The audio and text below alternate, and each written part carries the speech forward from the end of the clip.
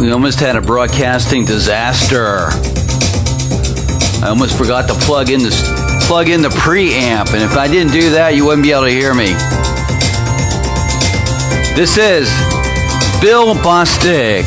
Bill Bostic at the helm of the Gazette Morning Update. TGIF. The TGIF celebration today on the Gazette Morning Update. Based in Linglestown, Pennsylvania, Lower Paxton Township, Dauphin County. Newscast. It's a newscast. It's brought to you by our friends over at Consolidated Insurance Services.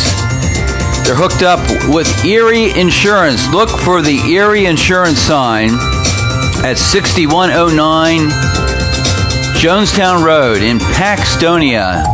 Thanks to David Jones, the head of that agency, for being our sponsor.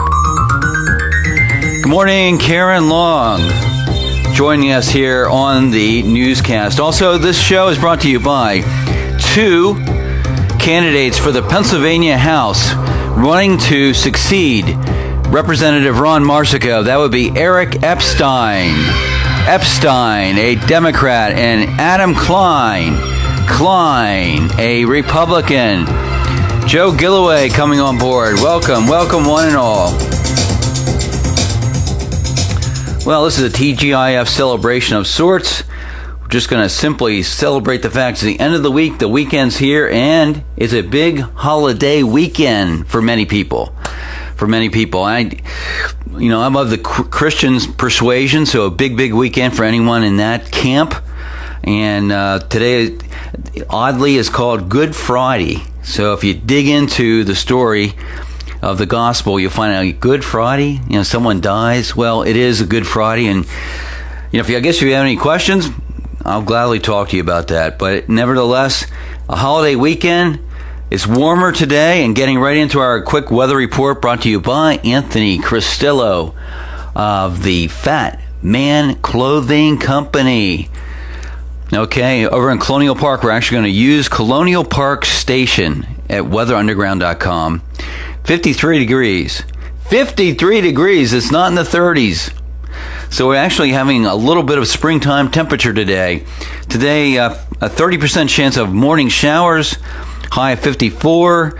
Tonight is going to be partly cloudy, no precipitation, maybe the rain, the mist will be out of here, a low of 34. And tomorrow, I see a sunny symbol. Mostly sunny, high of 57, folks. What a day to go out and do something outside. So that's your check on the weather. Again, courtesy of weatherunderground.com and the Fat Man Clothing Company. This isn't a celebration, but an update on two readers and viewers that had a tragedy here of late. Last week I reported that Tim and Rebecca McCarthy, who live in the Hecton area. Hecton is near Fort Hunter Park, in that general area. They experienced a fire in their home, and Tim actually had to be hospitalized and still is at Hershey Medical Center. Their home is uninhabitable, and I got word from Rebecca that Tim's in rehab, I guess doing well, but needing some more time in the hospital. Rebecca is staying at Hershey Medical Center, and I think she was expected to be able to get in the home today to take a look at what's there and that kind of thing. So that's all I know. I mean, they're probably going to need a place to stay at some point in the near future. And if I have contact with them, I'll keep you up to date. Maybe there's something that we, the people who congregate here every morning, can do, and people who take a look at the Linglestown Gazette website, Facebook page, Twitter page, Instagram. Maybe there's something we can do to help them out. So just a quick update on them. And then, of course, one of the big things journalists are meant to do, it's written into the Constitution, the Fourth Estate. We keep track of what's going on in our government, right? That's one of the main things we do.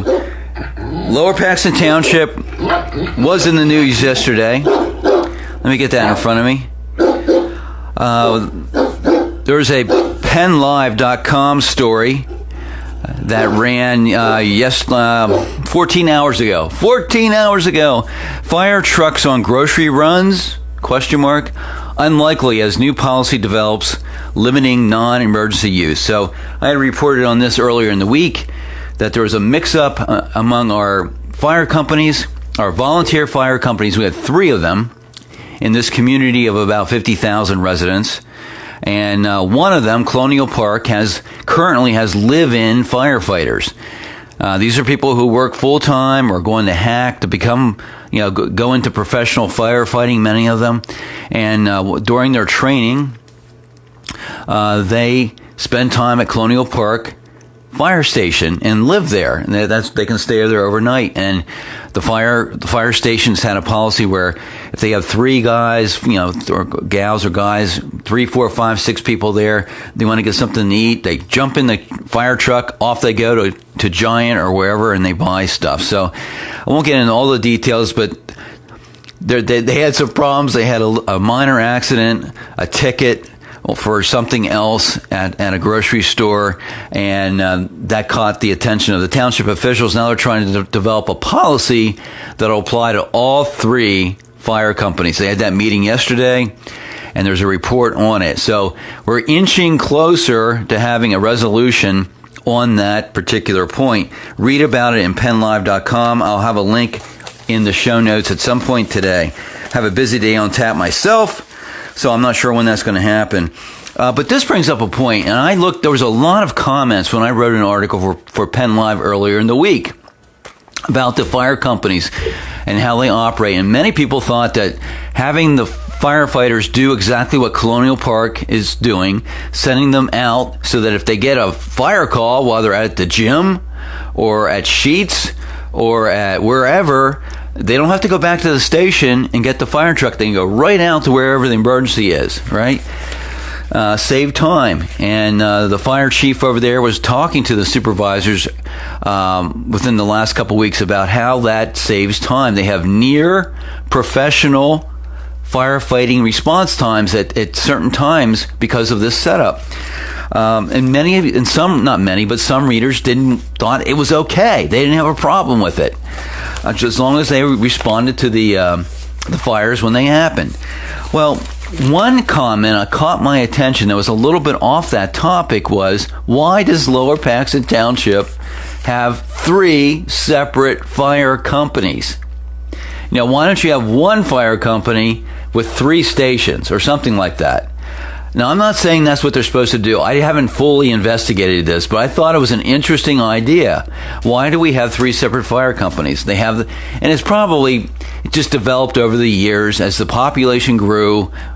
Colonial Park grew, they added one. Linglestown was clearly the first one because we're the oldest part of the township, a village. We were formed in 1765, and somewhere along the line we needed a fire company. And then Colonial Park probably was the next one. And then maybe down the line, Paxtonia. All right. Good morning, Susan George. Oh, okay. She was wondering the same thing. And this isn't my idea. This is a comment in the Facebook page that we run. And I happened to have in my pile of junk, it's going to be backwards here, municipal madness. This thing I'm talking about with the fire companies, Pennsylvania has local government pollution. Listen to this. Here's the breakdown for Pennsylvania local governments. We have 56 cities, okay? 957 boroughs. 1,546 townships. At least 1,535 authorities. Like we have an authority here in Lower Paxton Township, our sewer authority. But over 1,500 of those. 67 counties, 500 school districts. That's more than 4,700 governmental agencies, folks. 4,700. Ay, ay, ay. That's nuts. And that's just how things have developed in Pennsylvania, one of the original colonies. And we've never reformed. We've never changed. And being in conservative Pennsylvania, if you say, look, let's merge these townships. Oh, no. We got to have our own thing. Now, I saw that happen out in West Hanover Township. Whenever West Hanover and East Hanover Township were developing sewer systems at the same time back in the 90s, okay? And there was this idea hatched. Now, West Hanover Township was getting very close to starting construction on a sewer system out there, right? So East Hanover was struggling to come up with a concept, and there was this idea that why don't we join up with West Hanover Township and sort of make it a regional type thing, because they're contiguous, they're side by side. We could somehow, and there was a sketch plan to do it. I was at a public meeting, and basically what torpedoed that idea was that no, we have to have our own sewage system. We can't join with our neighbors. That's unheard of. Good morning, Becki Ryder, Kraft from Dauphin, formerly from Dillsburg. I think I understand the concept now. And I congratulate you for crossing over the river at some point in your lifetime. Amazing that you did that and I did that. We're aliens here on the East Shore, growing up in the West Shore. But no, they wouldn't join forces. Amazing.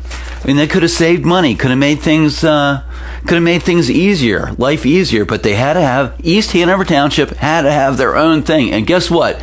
They put in what was called a lagoon system. It wasn't a chemical plant. It was like these ponds.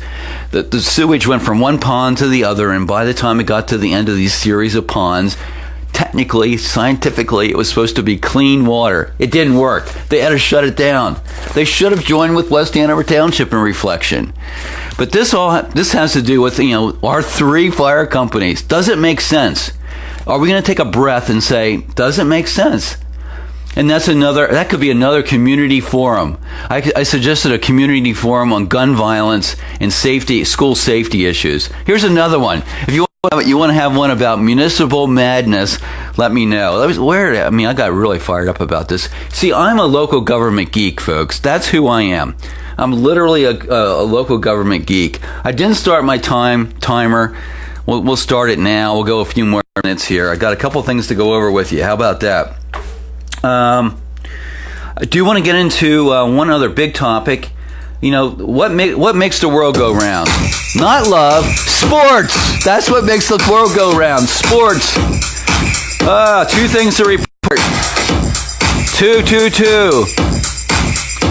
Yesterday, I stopped by the lacrosse game. Oh my God.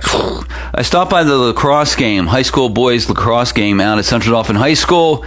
The Rams were doing battle with the State College Little Lions. It was nip and tuck. I think the first half ended maybe 4-3. Let me see. I get the 4-3 at halftime.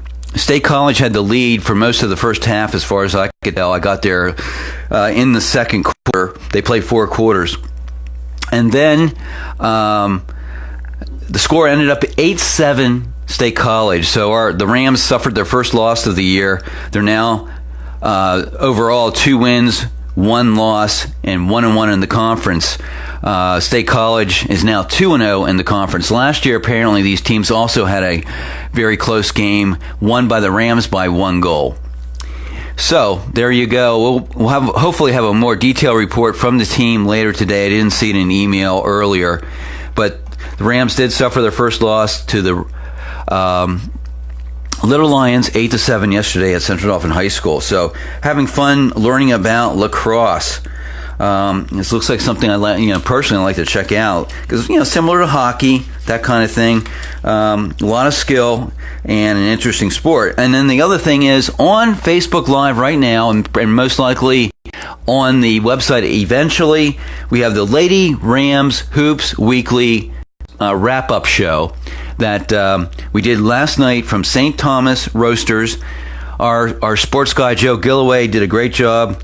Coach Randy Gambalungi and players all participated, had a great time. And I think the thing I walk away from that is that it's just a great group of girls. They loved each other. They played hard, and they had opportunities. We didn't know what they were going to do. They walked up, sat in a chair, and asked keeping it light type questions to the coach, and all the questions are very appropriate. They didn't throw any zingers in there. They didn't say any bad words. These are very high quality high school students on that team. So I'd like to congratulate the parents and also the coaching staff headed up by Randy Galungi for the great job they do with our young people. Now Susan's coming in with some information here. Lower Paxton Township Fire Department, Alpha Delta Charlie. What does that mean, Susan? Help me out. Alpha Delta Charlie. I'm not sure. Is that something tied to those things? I'm not sure. Last but not least, sort of very quietly, Linglestown Gazette has been, with the help of my assistant down in Florida, actually, she's what's called a virtual assistant. Look it up, folks. Virtual assistant. We've been putting out every 2 weeks a community happenings update via email. This is out there and available to you. I will link up a sign-up sheet, and there's a new one coming out on Monday. These are things that, as I look at the things that Tracy comes up with, are things that are not things that I find in the Herald. I don't find, in my touring of the internet or anything I see at the coffee house, St. Thomas Roasters, I don't see any of this stuff. So she's coming in with unique events that you can participate in. And I tell you what, if you sign up, send me an email separately. Send me an email at LinglestownGazette@gmail.com, and I'll verify that you signed up. If you sign up over the next week, if this bus trip to the Finger Lakes or some other wine tour type of thing happens, I mean, maybe I'll give away, one seat, on that trip. If you sign up for this community happenings update email. So look for this in the show notes later today. Sign up. If you verify it with me and I can tell that, yeah, you did in fact sign up, I'll throw your name in a hat to win a potential seat on our bus tour. How about that? Does that make sense?